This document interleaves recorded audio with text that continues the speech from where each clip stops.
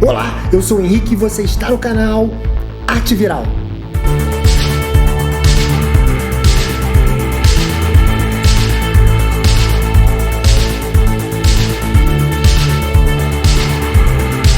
Esse é um canal sobre arte e desenvolvimento humano e hoje nós vamos falar sobre a mitologia eslava. Mas antes, é muito importante que você se inscreva no canal e compartilhe para que outras pessoas também possam ter acesso a esse mesmo material. Se você se interessa pelos limites entre o macro, o micro e a obra de arte, esse vídeo é para você. Da mesma maneira, a areia que estava na boca do deus negro Kirnabog também se expandiu e quando não cabia mais entre seus dentes, ele a cuspiu e assim criou as montanhas e os vales da terra. Há cerca de 8.000 anos atrás, tribos nômades que habitavam as regiões centrais da Europa iniciaram um processo de expansão.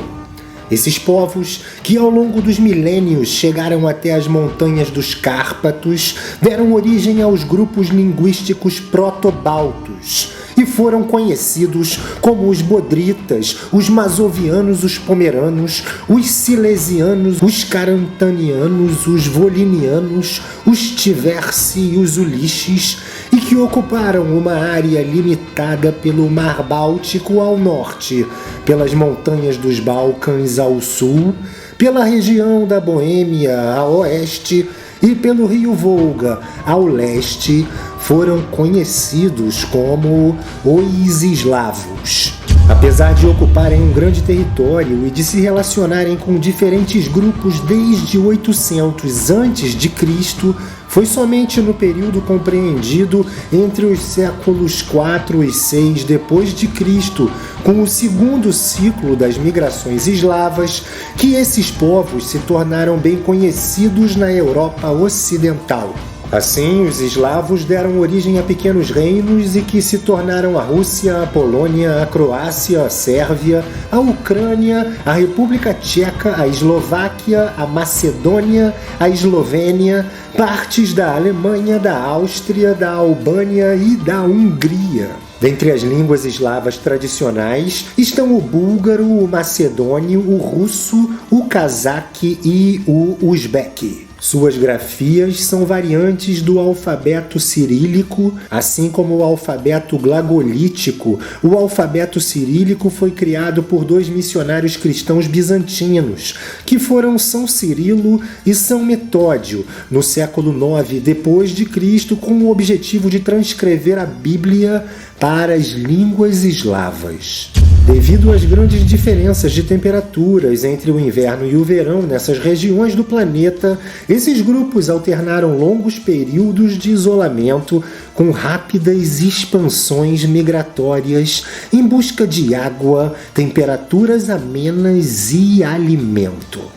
Os eslavos possuíam estreito contato com as forças da natureza das regiões que habitavam, e assim eles desenvolveram um conjunto de crenças próprias que perduraram até o contato com a Igreja, pouco antes de 1000 d.C. No chamado paganismo eslavo, não existia o conceito de julgamento, juízo final ou mesmo a culpa. Apesar de as polaridades maniqueístas bem versus mal ainda não estarem presentes na mitologia e no sistema de crenças eslavos, muitos outros princípios dualistas estão presentes nos sistemas simbólicos eslavos. Um desses princípios é a polaridade expansão-retração. Isto é, tudo cresce e depois diminui para novamente tornar a crescer. Os eslavos criaram muitos conceitos opostos, como os princípios solve e coagula, tão divulgado na Idade Média Europeia, observando a natureza cíclica do próprio sangue. Outra polaridade muito cultuada entre os eslavos eram Yav, que diz respeito ao mundo visível, e Nav, que se relaciona com o mundo invisível. Na mitologia eslava, as coisas visíveis existem bem como as coisas invisíveis.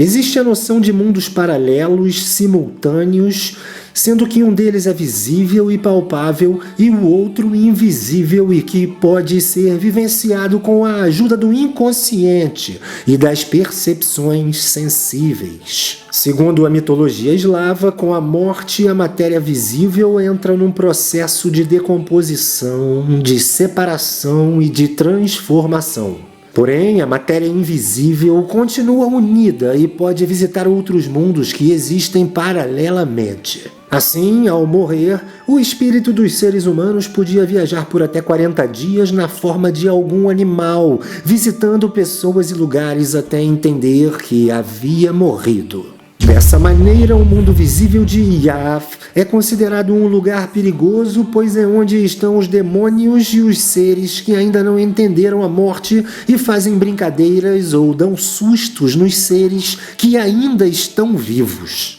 Após perceberem que estão mortos, os espíritos devem atravessar a ponte Kalinov, a ponte que separa o mundo visível do mundo invisível, guardada pelo dragão de 3 cabeças Zmei Gorinich. Somente alguns seres têm a permissão de Zmei Gorinich para passarem livremente pela ponte Kalinov, transitando entre o invisível e o visível, entre as duas dimensões. Esses seres eram conhecidos como Koldunia ou bruxas, que viajavam pelo astral, expandindo suas consciências através dos rituais de poder e dos símbolos mágicos. A principal Koldunia da mitologia eslava era denominada Baba Yaga. Baba Yaga pode simbolizar uma nuvem, a lua, a morte, o inverno, a serpente ou uma velha detentora dos poderes da terra. Baba Yaga está presente em centenas de contos eslavos. Baba Yaga possui uma cabana com pernas de galinha que se move pelas florestas. Baba Yaga tem uma vassoura mágica e um enorme caldeirão onde prepara substâncias capazes de confundir a mente das pessoas. Baba Yaga voa todas as noites até a lua, de onde observa qualquer coisa presente na terra. As 3 dimensões de realidade para os eslavos são Prav, que significa o certo e que pode ser descrito como a dança cósmica das causalidades do todo, e Yav, que significa a realidade material do aqui e agora, e Nav, que significa a probabilidade ou o plano dos ancestrais e da memória.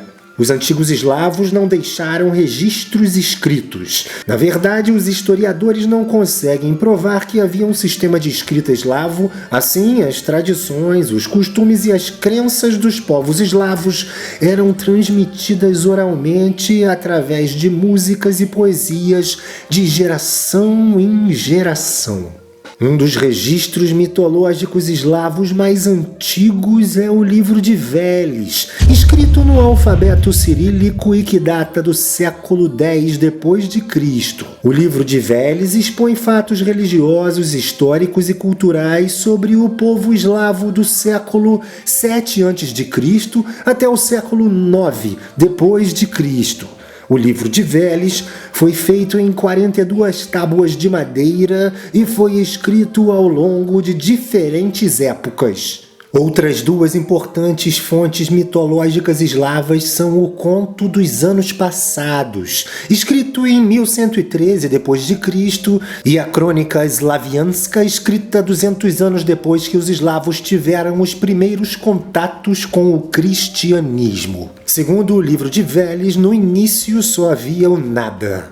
Da escuridão desse nada surgiu um ovo completamente dourado. Bem na casca desse ovo habitava um ser denominado Rod, que estava num longo e profundo processo de hibernação.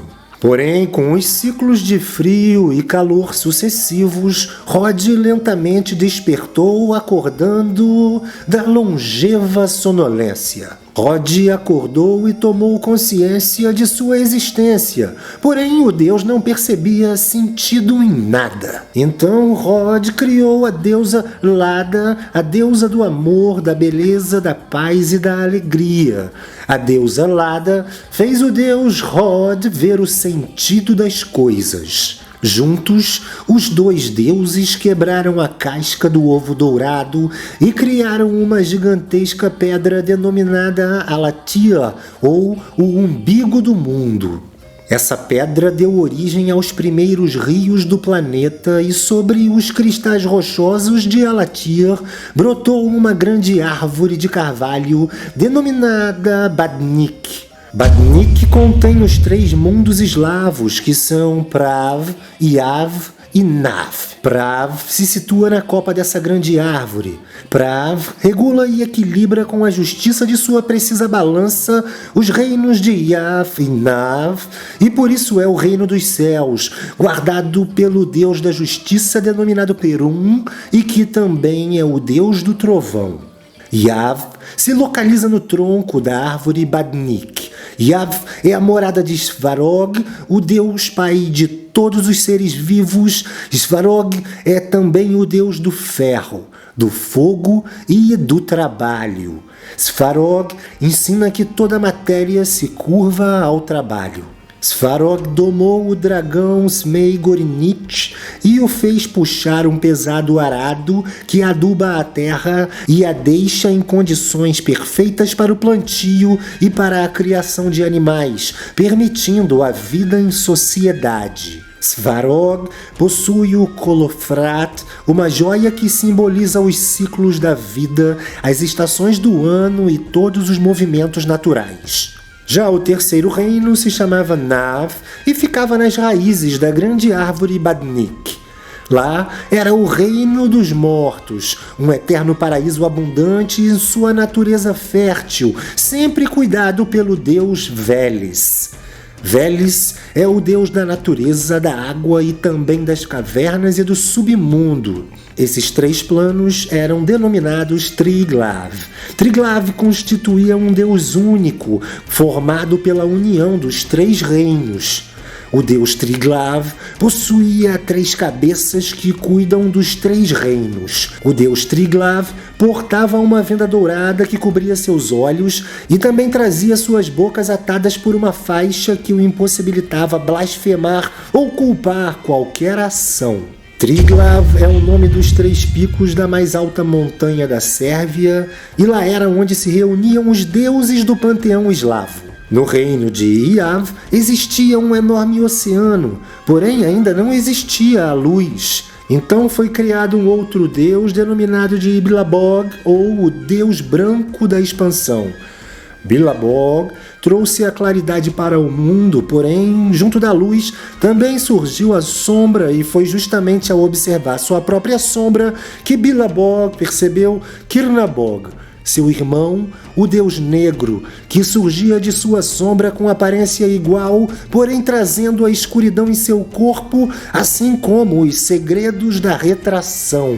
Bilabog e Krnabog decidiram então criar os continentes e as ilhas, pois só havia um grande oceano no planeta e tudo era coberto por águas turbulentas. Para isso, eles teriam que buscar areia bem no fundo do mar, porém, Bilabog não sabia nadar. Kirnabog, o deus das sombras, mergulhou até o mais fundo dos oceanos e pediu ao mar um bocado de sua areia. O mar perguntou para quem seria a areia e Kirnabog, ansioso por criar o mundo sozinho, respondeu que o bocado de areia seria só para ele. Por isso, o mar não cedeu areia a Kirnabog, e então ele teve de mergulhar novamente. Ao dizer que a areia seria para que ambos os irmãos juntos criassem as superfícies secas, o mar finalmente cedeu a areia necessária, porém, desejoso de criar seus próprios territórios, Kirnabog escondeu alguns grãos de areia dentro da sua boca. Ao chegar à superfície, Krnabog entregou o punhado de areia para Billabog, que prontamente esparramou os grãos pelos 4 cantos do oceano. No início, os pedaços eram tão pequenos que pouco se encaixavam, porém, com o poder expansivo do branco de Billabog, a areia começou a se expandir e crescer sem parar, e então surgiram as ilhas que cresceram e se tornaram as superfícies secas dos continentes da Terra. Da mesma maneira, a areia que estava na boca do deus negro Krnabog também se expandiu, e quando não cabia mais entre seus dentes, ele a cuspiu e assim criou as montanhas e os vales da terra. Billabog criou as longas distâncias das planícies e dos planaltos. Sua criação era infinita aos olhos. Billabog não sabia nadar, então Krnabog decidiu jogar seu irmão branco na água do oceano enquanto ele ainda estivesse dormindo. Krnabog decidiu carregar Billabog até a praia, porém a areia já havia crescido tanto que o mar estava muito longe, e assim o Deus Branco acordou antes de chegar ao mar. Sem conseguir matar seu irmão, o Deus Negro foi embora para uma terra muito distante. Por sua vez, o Deus Branco preocupava-se com o tamanho que a Terra, em processo contínuo de expansão, estava adquirindo.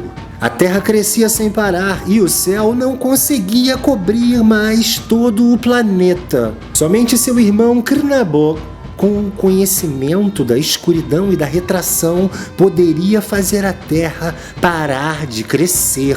O Deus Branco enviou mensageiros para que estes encontrassem Krnabog e trouxessem o segredo para estancar o processo de expansão eterna. O Deus Negro já estava bem longe, pois havia criado um bode que o levava em suas costas. Ao verem Krnabog sentado sobre um bode, os mensageiros de Billabog riram do Deus Negro, que, se sentindo ofendido, recusou-se a revelar o segredo. Billabog então enviou uma pequena abelha que se escondeu entre as árvores e escutou o Deus Negro revelar a seu bode que, para fazer a areia parar de crescer, seria necessário apenas expressar sua vontade e ordenar aos grãos: basta, já é terra o suficiente.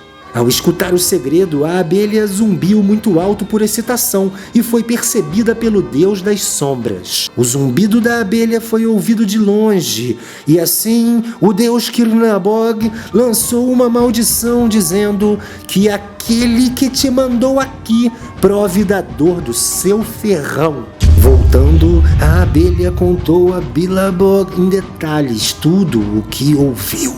E assim fez Billabog. E a terra parou de crescer. Ao saber da maldição, Billabog sorriu e fez uma outra magia. Ele disse: querida abelha, se tens um veneno ardente, possua também o beijo mais doce que existe. E assim, Billabog criou o mel. Na arte eslava, as matrioscas são bonecas talhadas em madeira e que se encaixam umas dentro das outras. As matrioscas são o símbolo da personalidade e a projeção da alma no espaço. Através de suas formas arredondadas e acolhedoras, é simbolizada a maternidade, o amor e a continuidade. Ela conta a história das famílias eslavas, onde a mulher mais velha, geralmente a avó, era quem traçava o rumo cultural da família, deixando nos filhos, nos netos e nos bisnetos as características de suas crenças e de seus traços físicos. A mitologia eslava espelha os universos invisíveis contidos na realidade material. A mitologia eslava expressa a alternância característica dos ciclos orgânicos da natureza. A mitologia eslava expressa que a única constante é a mudança. E esse foi o nosso resumo animado da semana. Se você gostou, clica em joinha e se inscreva no canal. Esse é o Arte Viral, um canal sobre arte e desenvolvimento humano. Eu sou o Henrique e até breve.